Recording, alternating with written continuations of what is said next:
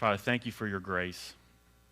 Father, our minds truly are easily distracted, and we live in an age of distraction. Help us to carve out time that we just commune with you and love you and allow you to speak to our hearts. In the midst of the busyness, help us to find time just to be still and remember that you are God and that you are sovereign over this universe and you will reign over this universe, and you have an eternal plan that we're a part of. So may that give us rest and peace in a chaotic time. Father, just guide our discussion tonight, guide our learning. There's much to cover, but Father, just help us again. Everything that we do, come back to glorify you. And I pray these things in Jesus' name. Amen. Okay, so we are going to look at Augustine. We sort of introduced him last week, and I'm going to go back and go through that a little bit. Again, we'll try to get as far as we can. I'm trying to jam a lot of information in, and I'm going to do my best. And try to also give you some time to ask any questions or interact. Again, when you deal with Augustine, let me give you a little disclaimer again. Some people are going to love Augustine. Some people are going to blame him from everything that's wrong in the church. I mean, you get the full spectrum of people. There are some things I like about Augustine. There's some things I don't like. Again, remember, every time we're looking at these people, they're not perfect, and they're just like in Hebrews 11. They have clay feet, and there are things that we can critique, and they're not inspired, perfect lives like our Savior, Jesus Christ. So you learn as much as you can, but don't throw the baby out with the bathwater. The other thing I would say is we have to be very careful of not judging people from the past based on our understanding today. We do that all the time. That's what's happening in this purge of Civil War and American history, is this concept of somehow we have the moral authority to judge people from the past based on what we think today. And that's just not fair. You need to understand them in their time period and understand that they were faithful in their generation to some extent. And you know what? Who am I to judge another man's servant? They're not my servant. They're God's servant. And I just need to learn what I can from them, take what I can, and also recognize that they're not perfect, and I shouldn't base my whole life on their example rather than the example of Christ. So that's my little opening disclaimer. So Augustine, what do we know about him? He's considered the most influential theologian in church history. You need to at least know about him because probably things that we believe or understand have been impacted by him. Author of Confessions, which is considered the first modern autobiography. People didn't do that kind of thing back then, and he was openly honest about the struggles of his heart. And it is a book worth getting. A lot of different translations. If you can find one, I would just encourage you to get it. I showed y'all last time this treasury of Christian spiritual classics. It's got 5 books by St. Augustine, Brother Lawrence, Julian of Norwich, Thomas à Kempis, and Bernard of Clairvaux. It's just a good book that has different ones if you ever want to check that out. But there are other good translations online that's worth looking up. He developed what's called the just war theory, which is still debated today. Basically, is there any justification for ever going to war? There are some believers that would say you never go to war. They're pacifists. He had a theory that no, there are times that you do go to war, particularly if the purpose is just, it's waged by proper authority, and the motive of love is central. And so that was his just war theory. He authored over 1,000 works, including 242 books. Remember, that's the day before word processing and typewriters. So, I mean, that's amazing when you think through just the volume of stuff he created. He lived during a time, where you call it the best of times, the worst of times. He lived during the age of prosperity. Again, I put this timeline at the beginning. It's good to remember. Church begins about 30 A.D., you could add 64 A.D., that's the Great Fire of Rome, and that's when persecution really begins. You could add A.D. 70, that's when Jerusalem is destroyed by Titus, and the Jews are scattered, not Titus that the book was written to, but another Titus, scattered all over the world, came back in 1948, which is amazing in itself. 313, the Edict of Milan, with Constantine basically legalizing Christianity. From 313 to 410 is what I call the age of prosperity, because the church now is a favored religion and they inherit all the prosperity of the Roman Empire. 410 is going to change because of the fall of Rome. And that's sort of the other thing you need to realize. He lived during the time of the fall of Rome, which was a earth-shaking, civilization-shaking event. Fear filled people's hearts, and people wondered, what in the world does this mean? Again, it'd be like us living here, and here in Washington, D.C. had been totally destroyed, and our government is gone. And you'd suddenly think, what in the world is going to happen now? And that's sort of the time period he lived through. And so he lived during this age of prosperity, and he lived in this transition when the fall of Rome took place in 410. So his name was Aurelius Augustine, born on November 13, 354, in the small town of Tagaste, North Africa. So everything that's going to take place early in his life is going to be here: Tagaste, Carthage, Medora, all there in North Africa. I guess that's probably modern Libya. I'm not real good with my African geography, but those were key areas of Christianity back in the early days, and now they're not, but they were back then. So he was born there. His dad was a local Roman official, not a believer. His mom was a very devoted believer. Her name was Monica. Monica had a heart for her children. Augustine had an older brother and a sister, and she had a heart for them, but they grew up in a very pagan environment because of their dad. She tried to witness to them. They weren't interested. Apparently, at one time, she went to a bishop when her son was in his teenage years and rebelling and being as wild as he could, and she begged the bishop to do something. Can't you talk to my son? Can't you do anything to lead him to the Lord? That's sort of a mother's heart. Can't you do something, please? And she was praying and she was crying, and basically the bishop told her to go in peace. The son of these tears will not perish. And what he meant was, your passion and your heart and your tears and your prayers for your child, I know God at some point is going to answer, so just go in peace. And so that was the passion she had for the salvation of her child. But Augustine was a wild child. He was indulgent. He was a prankster. He was always getting in trouble. His father had big ambitions for him. He cared less about his son's morals and more about his son's success. He didn't really care about his son's character as long as he gets in a big college and gets successful. That doesn't happen anymore, does it? Just be successful, son, and then do whatever you want. I don't care about your morals. Just make me happy. And in fact, Augustine later on would say this, or someone has said this. Much later, Augustine, when he drew up the balance sheet of his father's behavior, the greatest crime of Patricius was precisely that he allowed the boy to be as immoral as he pleased. In other words, he just didn't try to curb his immorality. He basically just said, go do whatever you want to do. Just be successful. That's all I care about. His adolescence on the next page. At Medora, so he's sent to Medora because his dad thinks he can get better education there. He goes there as a young teenager. He's free a little bit from his parents' influence, particularly his mom's influence. He fell in love with books, poetry, and women or sex. Yes. He was a typical teenager that suddenly his hormones are kicking in. From what we can gather, he probably had his first sexual experience at age 12 or 13. So this is a kid that is away from home and just indulging his passions.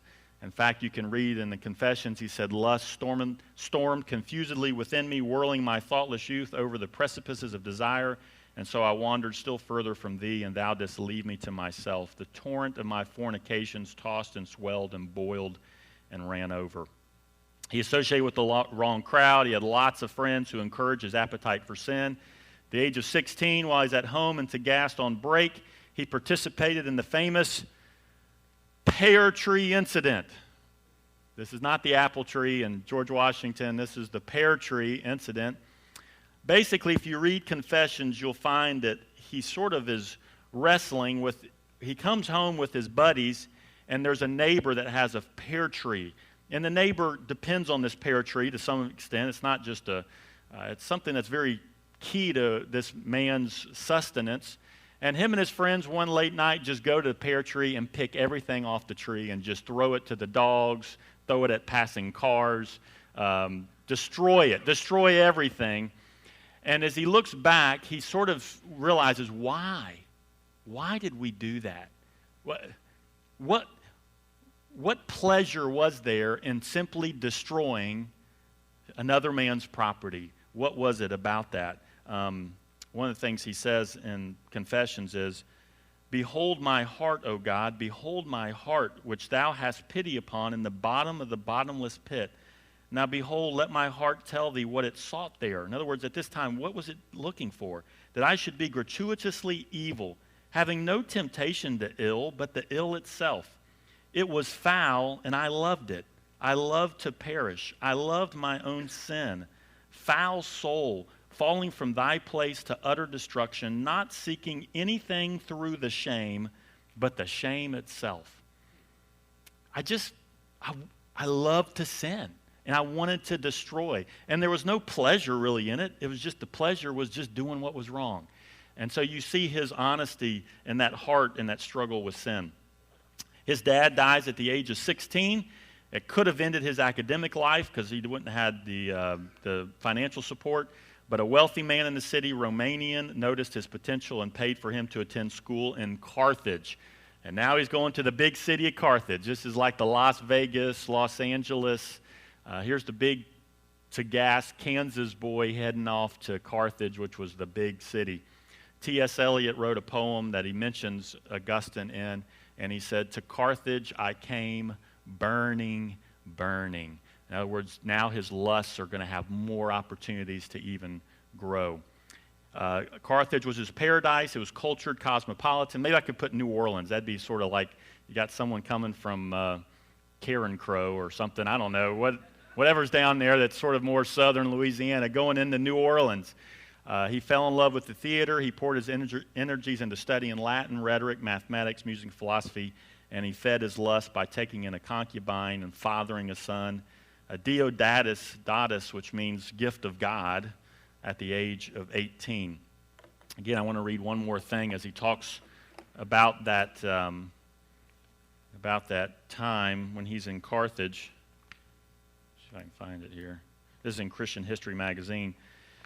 My mother, he said, when I left to go to Carthage, my mother gave me a solemn warning. My mother commanded me not to commit fornication, and especially that I should not defile any man's wife.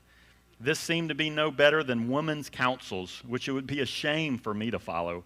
I ran headlong with such blindness that I was ashamed among my equals to be guilty of less impudence than they were, whom I heard brag mightily of their naughtiness, yea, and so much the more boasting by how much more they had been beastly. And I took pleasure to do it, not for the pleasure of the act only, but for the praise of it also. I don't know if you caught all that, but he's hanging around with friends where it's not only do you just want to sin for the sin's sake, but I want to sin because the praise I get from my friends for how immoral I'm being. Again, you think through college life, and it's not just the sin, it's the praise, and the more shameful you are, the more praised you are for who you are, and that's sort of the experience that he's having in Carthage as well. But he begins to have a spiritual pursuit. He begins to be hungry for truth. He reads the Bible and he thinks this is too archaic. I don't like it. There's got to be truth elsewhere. So he ends up joining a group called Manichaeism. Manichaeism, again, was more of a Gnostic. It was founded by a guy named Mani. He was an apostle of Christ, he considered himself. It was basically Gnosticism. Remember when we talked about Gnosticism, the body's evil, the spiritual is all good. And it's sort of a denying of the body in order to experience and go through this spiritual progression of life. Jesus was not the Son of God. He was just a prophet like Buddha. The solution of life is to deny the body, no sex, self-denial, vegetarianism, feed the spirit, and progress through stages. Sounds like Oprah to me. Well, maybe not quite. But anyway, what problem do you think Augustine would have with Manichaeism? Yeah. So he doesn't join them. He becomes a hearer. That means someone that can learn from it but can continue to live the way they want to live. And that's sort of what he becomes. He moves back to Tagaste to teach rhetoric. He tries to move with his mom, but his mom, when she finds out what kind of lifestyle he's living, kicks him out of the house. She said, "You ain't doing that around here." He ends up moving in with Romanian, and he begins to live the life of luxury. Things were moving along smoothly until, I always like to leave that suspense. His best friend died.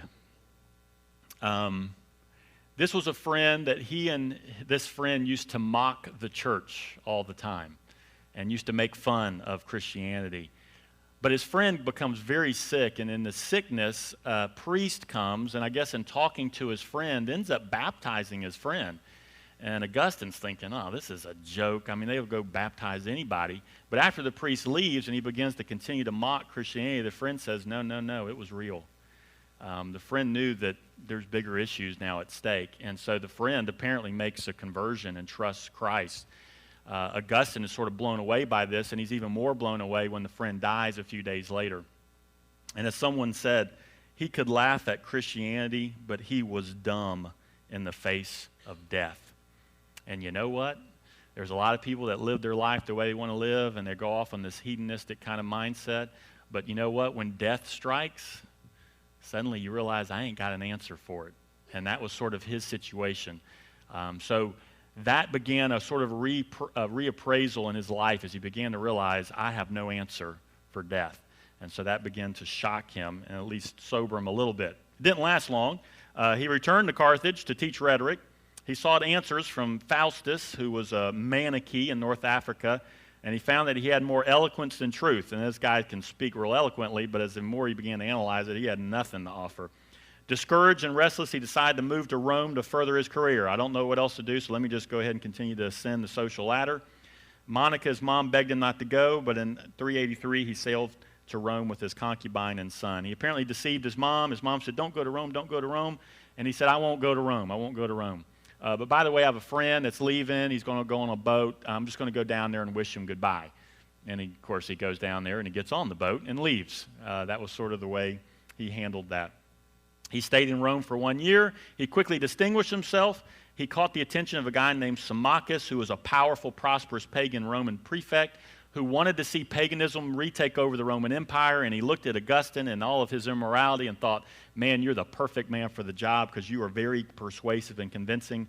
And so a teaching position opened up in Milan, and that's where the emperor lived. And so his thought was, I'm going to send Augustine there to teach rhetoric, and maybe he can have an influence on the emperor towards paganism. And so he appointed Augustine for the position, expecting him to be his eloquent mouthpiece for paganism, but God had other plans. Okay, page 19. So after settling in Milan, he invited his mom to join him, and she did. And she says, I'm going to come, but son, you got to get rid of the concubine. I can't live with you if you got this woman that you're not married to in your home. And apparently she must have been from the lower classes, and she thought, you need to just end this relationship, and you need to have a socially recognized marriage. And he agreed. He ended a 13-year relationship with his unnamed companion, and soon a marriage was arranged in which he had to remain chaste for 2 years.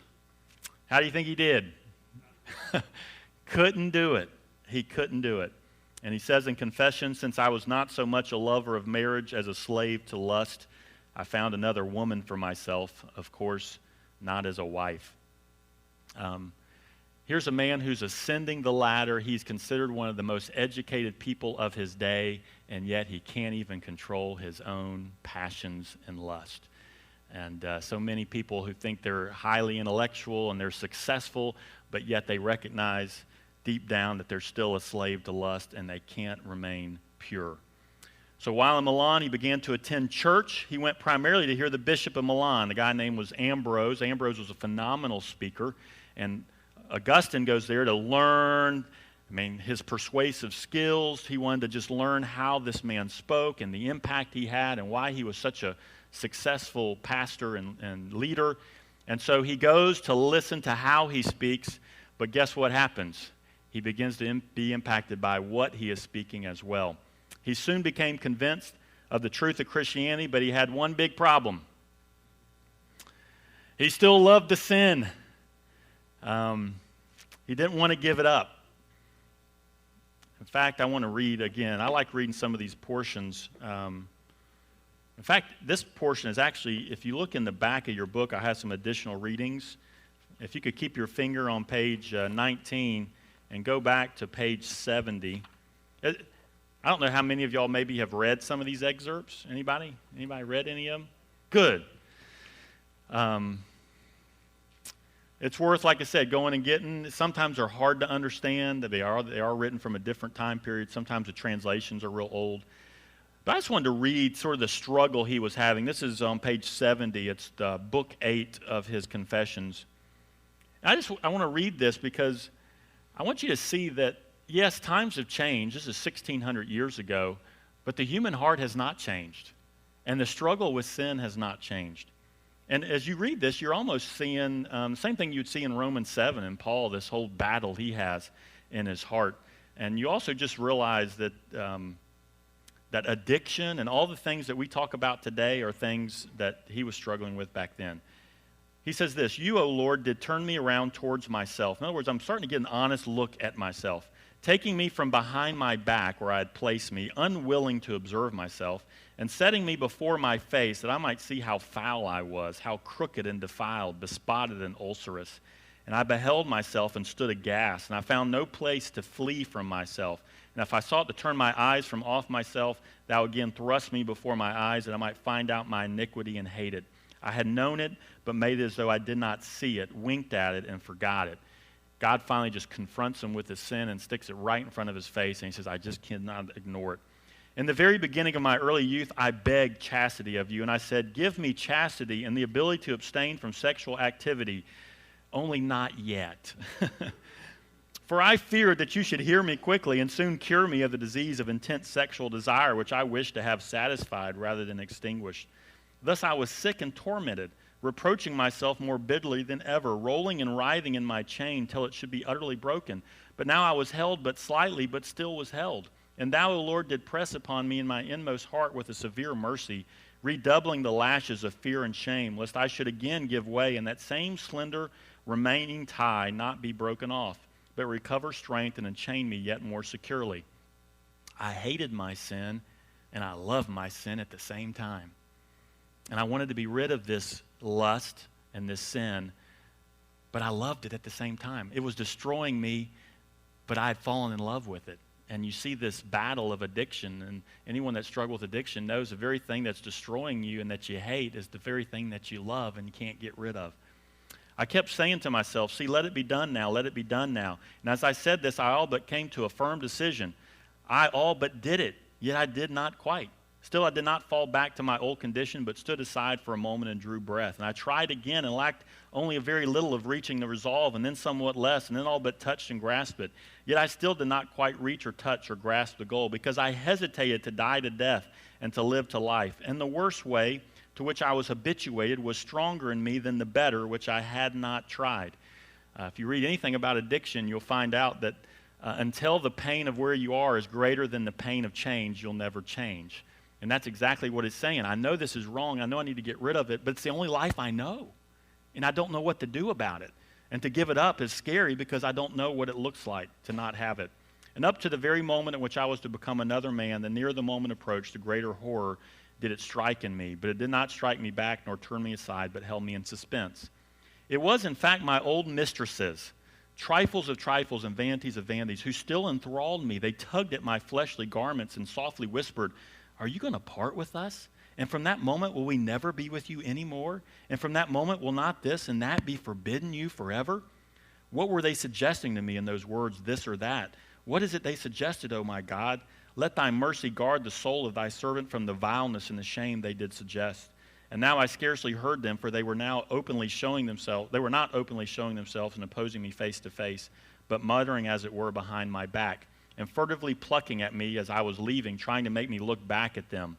Still they delayed me, so that I hesitated to break loose and shake myself free of them and leap over to the place to which I was being called. For unruly habit kept saying to me, do you think you can live without them? Whew! Did you catch all that? Do you see the struggle of this man's soul?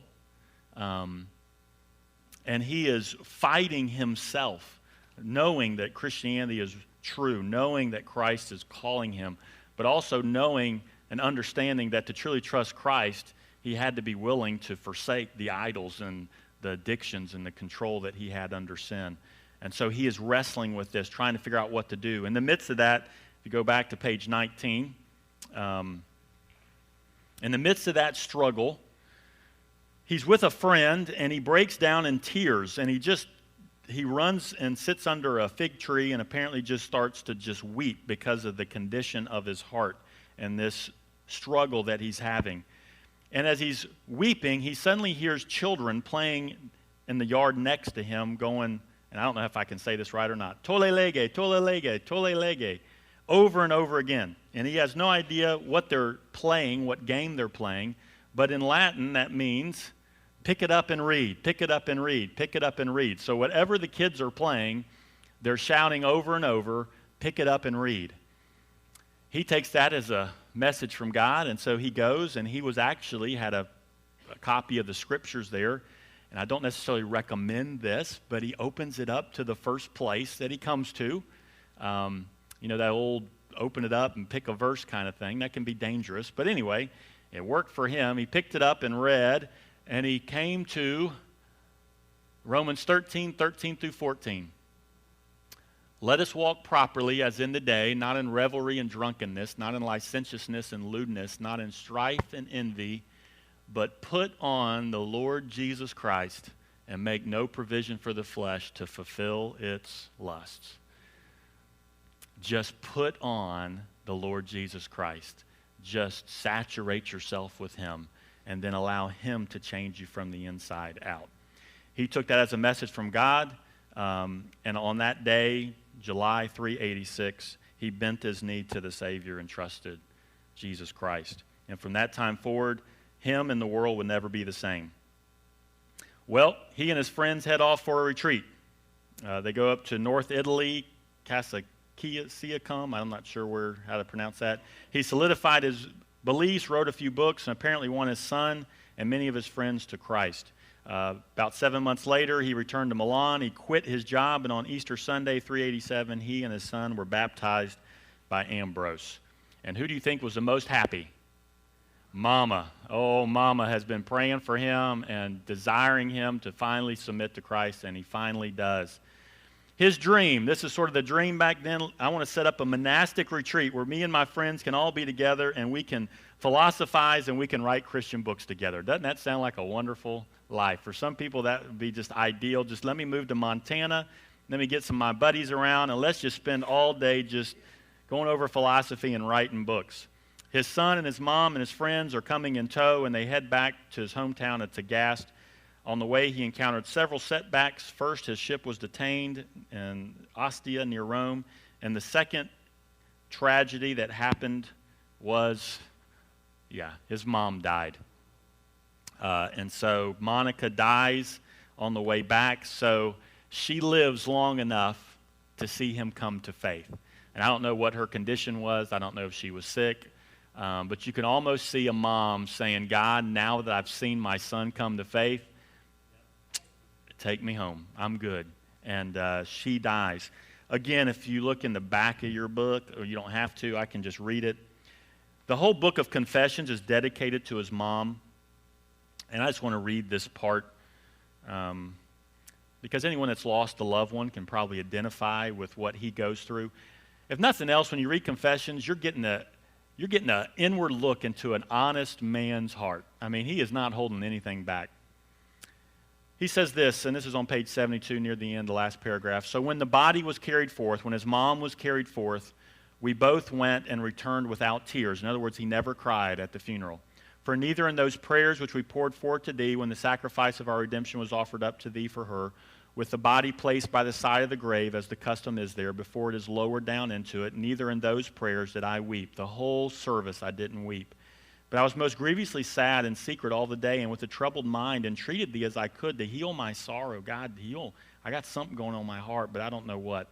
But thou didst not. I now believe that thou was fixing in my memory by this one lesson the power of the bonds of all habit, even on a mind which now no longer feeds upon deception.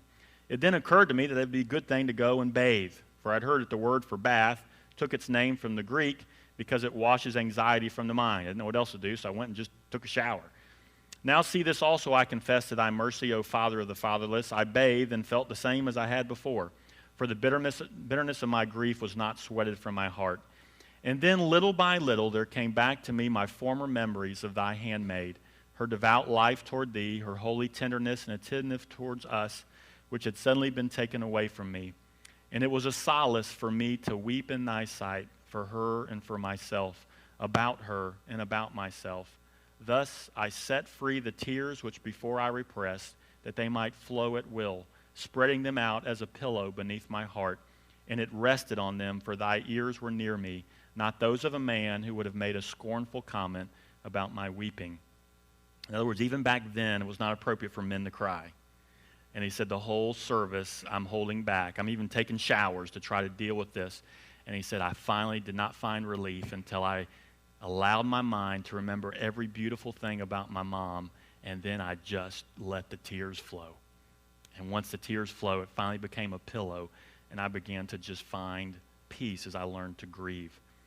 Then he says this, let none sever her from your protection. Let neither the lion nor the dragon interpose himself by force or fraud. For she will not answer that she owes nothing, lest she be convicted and seized by the crafty accuser. But she will answer that her sins are forgiven her by him, the one to whom no one can repay the price which he who owed nothing paid for us. He understands the gospel. May she then rest in peace with her only husband, whom she obeyed with patience, bringing forth fruit unto you, that she might win him also unto you.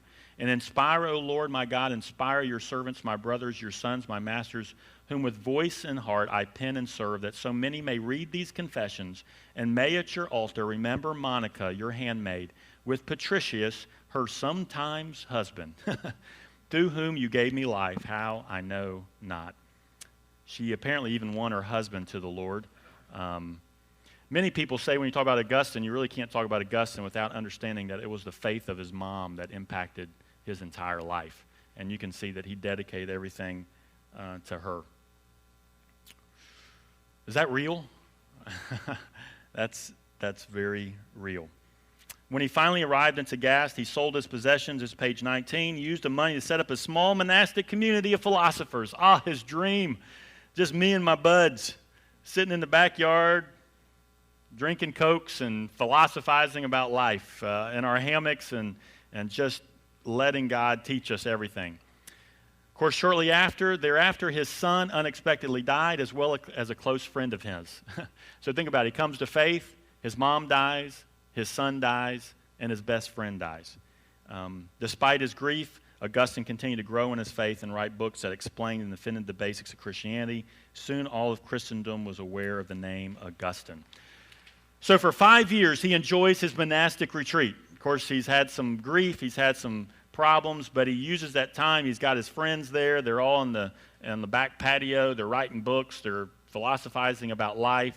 As their books are being published, people are getting his name, and it's starting to spread, and people are recognizing that this man has an incredible gift of understanding theology and explaining it to others. In 391, page 20, he visited the big city of Hippo. No pun intended there. That's the best I can do. I'm sorry. I don't think Hippo was very big, by the way. He was going to convince a friend to join his little monastic community. Come on, we got it all down pat. You can come and join our group.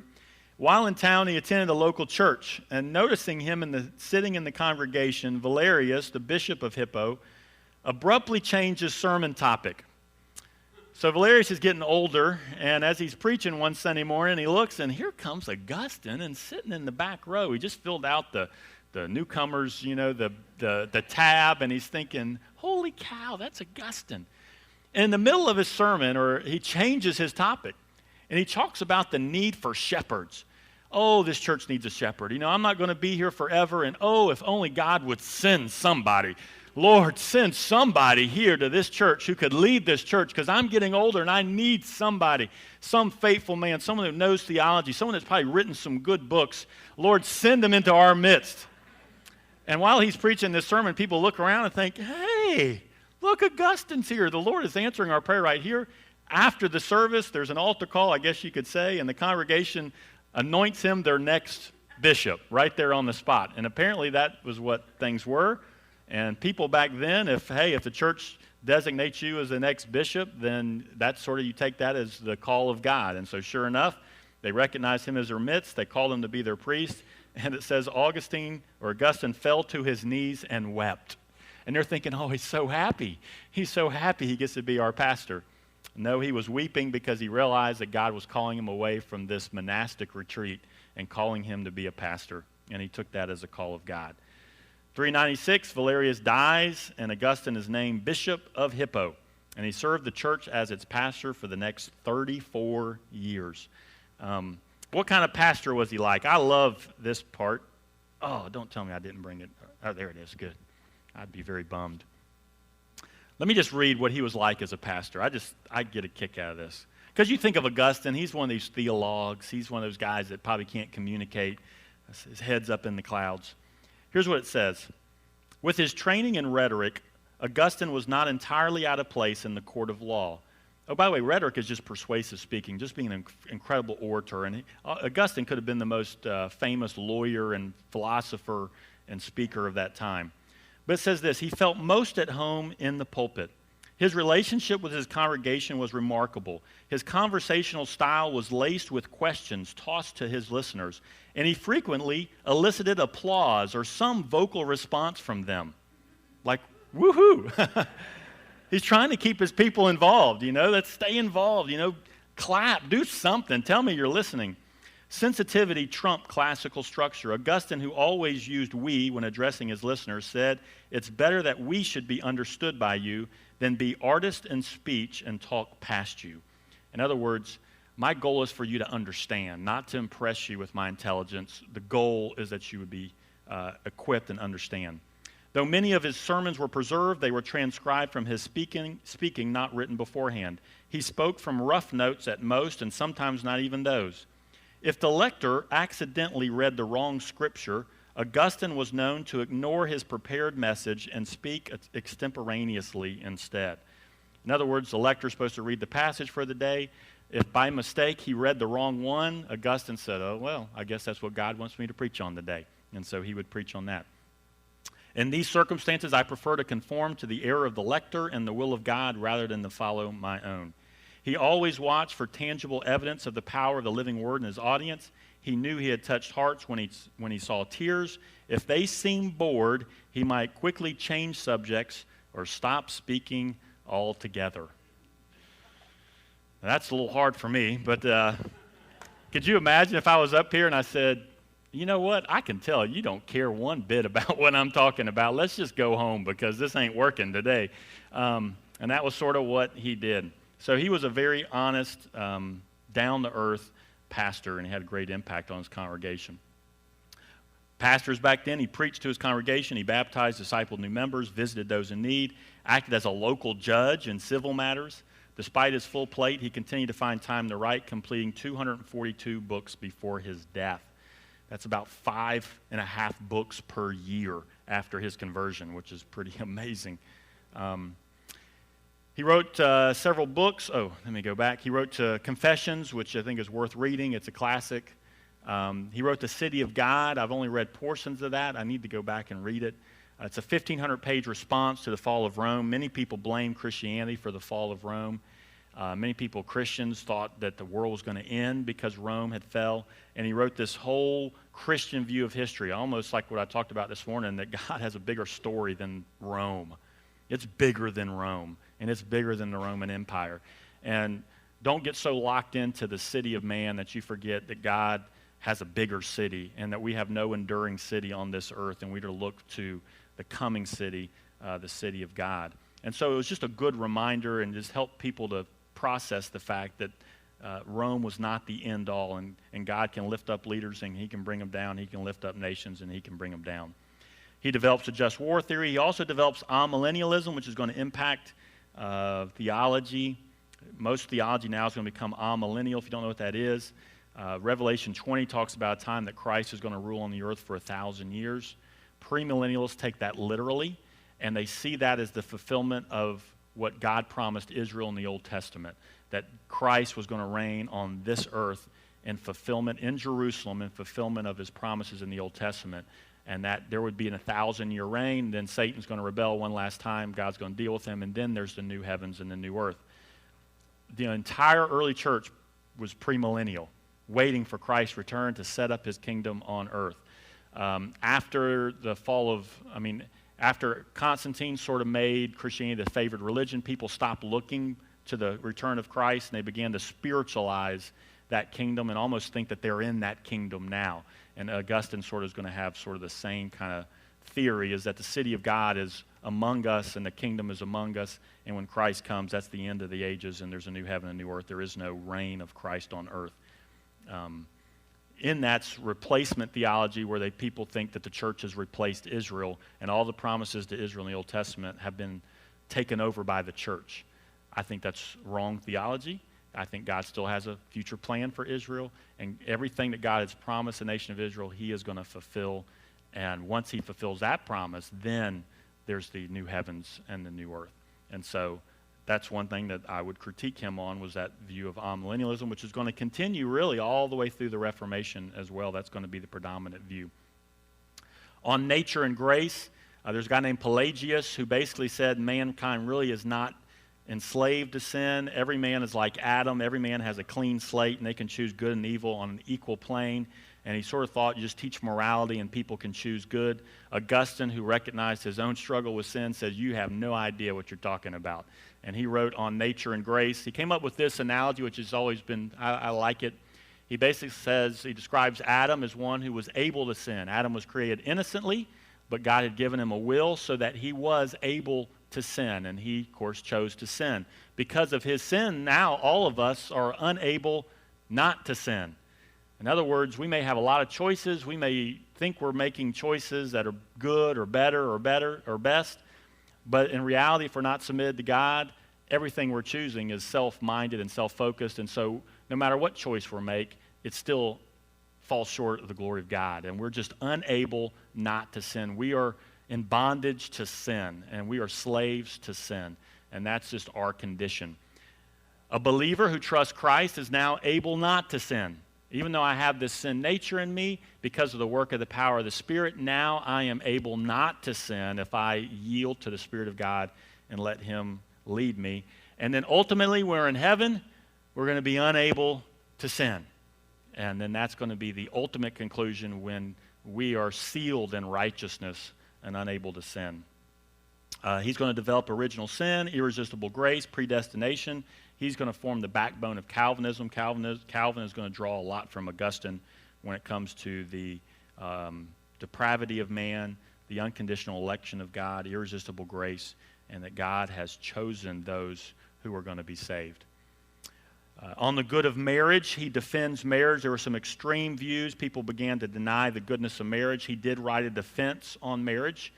He talked about marriage being good for procreation, fidelity, and as being a sacrament. In other words, it's a means by which God extends grace and blessing to us.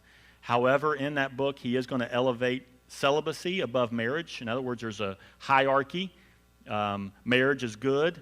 Celibacy is a whole lot better. And if you're married, even celibacy in marriage is better than just marriage itself. He says really that sex in marriage should only be for procreation. He calls recreational sex, as he would call it, a forgivable fault. In other words, because you're in marriage, it's forgivable, but it's better if you just don't participate at all. Why would he have that view? He's never known sexual experience that wasn't just loaded with sin. And he, in his mind, can't fathom how that sexual desire and passion could ever be good, because he never experienced it in a good way.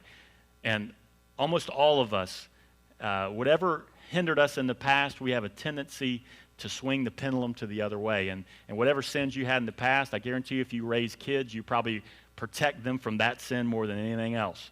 And sometimes you swing the pendulum way too far because you're trying to protect them from something you know caused you to stumble and sin. And he did that. That wouldn't make a big difference if he just had a few kids and he just influenced them.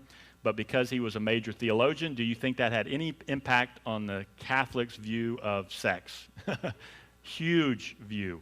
And it's going to impact that for the next generations. And celibacy is eventually going to be elevated almost to like you can't be spiritual unless you're celibate. And if you get married, well, you know, that just sort of shows you just ain't cut out for the big time. And so that's sort of going to be the view.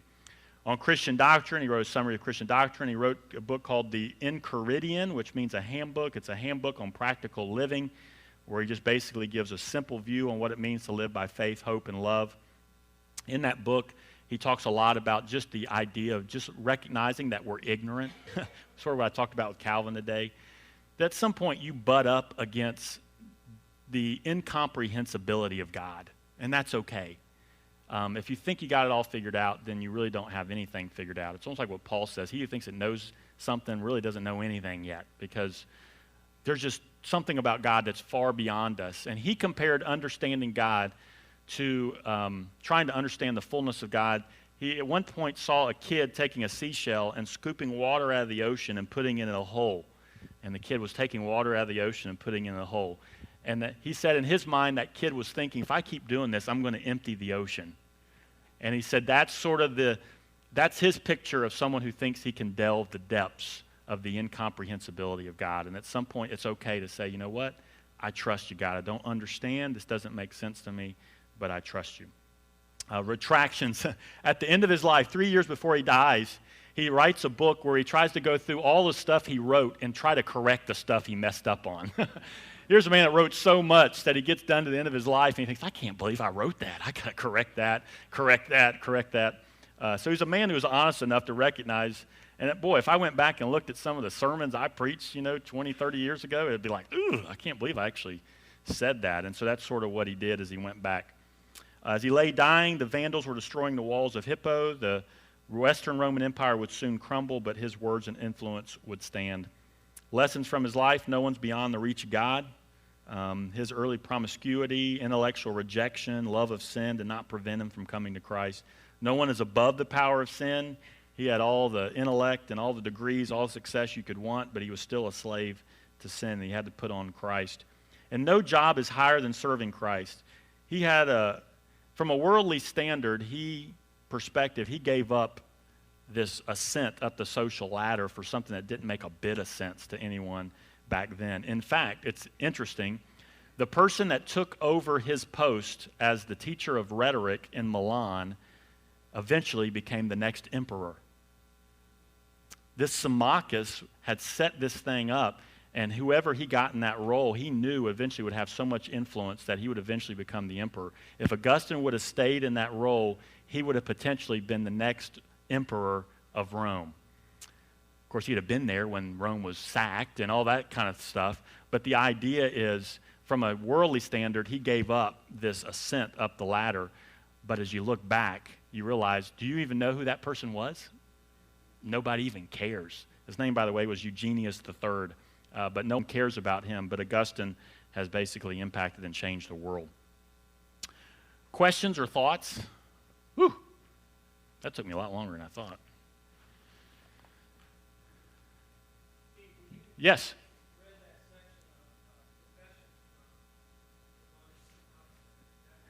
Augustine. Just, yeah.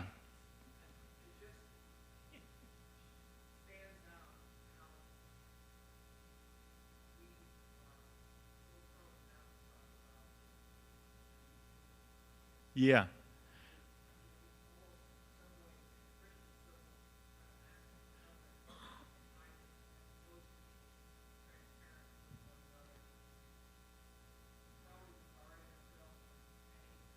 Yep.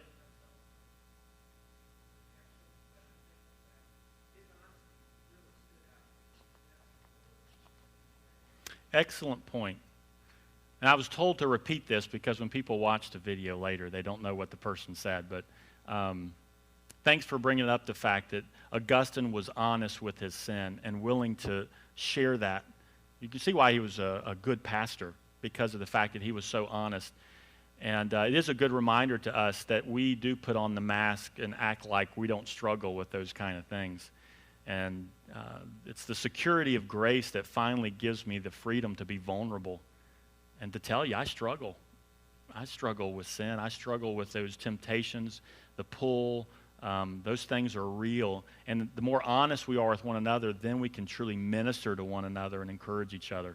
When we put on the mask of spirituality, it doesn't help anybody. So yeah, to write a book that openly and honest, again, that was unheard of. No one did that kind of stuff, to write that kind of autobiography, just exposing the ugliness of their heart. But he did, because he had come to a place where he recognized he's a sinner saved by grace, and so why not? Yeah. Why don't people like Augustine? Primarily because probably his harder views on predestination, original sin. Some people would say amillennialism, his view of sexuality and the impact it had. Most people don't like him because as they see the trajectory of some of the things he said, that trajectory over time in the medieval church starts becoming ossified into some stuff that's not as pretty. And so I think that's part of it. He also is going to sometimes, he's going to speculate about things. We're going to get to this later. He speculated about the thought that how in the world, when we die, God hasn't purified us from sin all the way. There must be some kind of purification that takes place from the moment we die until the moment we're with Christ. And he sort of speculated about that. Well, guess what doctrine eventually is developed from that? Purgatory. So Augustine was speculating about some things, and over time, that those little seeds, as they were taken to their full scope, just began to have impact. Probably don't like him because and here's a guy writing 1,600 years ago, and you've seen 1,600 years of the development of some of his thoughts, and some of them are good and some of them are not so good. Like I said, things that I say, there are certain tendencies I have. There are probably things that I'm off track on. But for the most part, I don't write extensively. I don't have that kind of influence. So for the most part, that influence is probably not going to go very far. But if my influence and the things I taught had expanded and kept going for 1,600 years, every weakness in my theology would be exposed in a major way. And I think sometimes we're not fair to him because we sort of blame him for things that were developed after him. And so, yes, Bob. Yeah. Or like I said, anybody in history, yeah. Yeah. That's why I started off by saying it's not fair to judge someone in the past based on what we think today, because we're assuming that, it's like when we read the children of Israel in the wilderness and we think, how could they do that? Why are they always murmuring and stuff? And then we're murmuring and complaining about other things. It's just good to keep them in their context and to take it with a grain of, give them grace. God's given you grace. Give them some grace too. Yeah, Bill?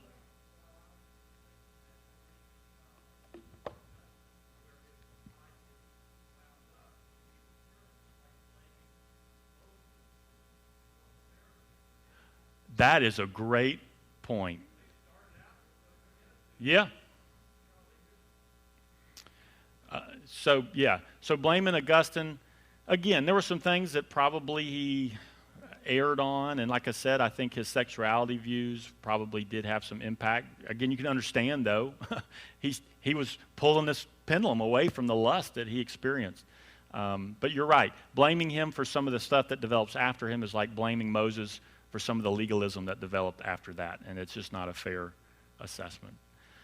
Well, let's close in prayer. Or not close in prayer. Let's take a break. I know you probably need to stretch a little bit. Has it gotten hotter in here, or is it just me? Oh, just me. Okay. Let's take a break, get some coffee, stretch your legs, and we'll meet in about 5 or 10 minutes, and then we'll see how far we can get before 8 o'clock. So let's just take a break.